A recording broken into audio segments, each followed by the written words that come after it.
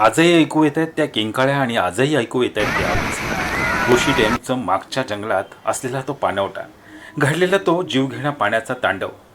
चला सुरू करूया पहिल्यापासून. की खान आणि अन्सारी कुटुंब लग्नानिमित्त आले होते.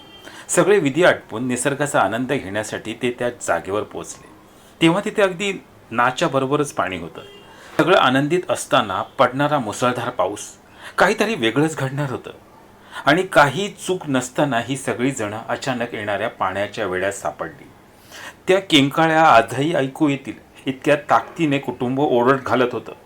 आज तो परिसर शांत आहे, पण त्या किंकाळ्या आजही ऐकू येत आहेत असं त्या बघणाऱ्यांचं म्हणणं आहे.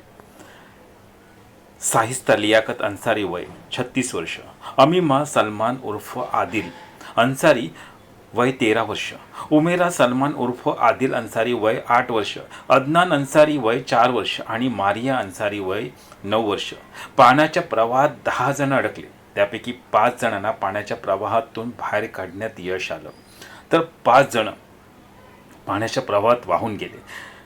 त्यापैकी 3घांचा मृतदेह सापडले. दोघांना घडून आज बरेच दिवस उलटलेत, पण त्या किंकाळ्या कानातून जात नाहीयेत. ती जीवघेणी वेळ कोणावरही येऊ नये असं नागरिकांचं म्हणणं आहे. आपलं काय म्हणणं आहे ते नक्की लिहा आणि आपली काळजी घ्या. बघत रहा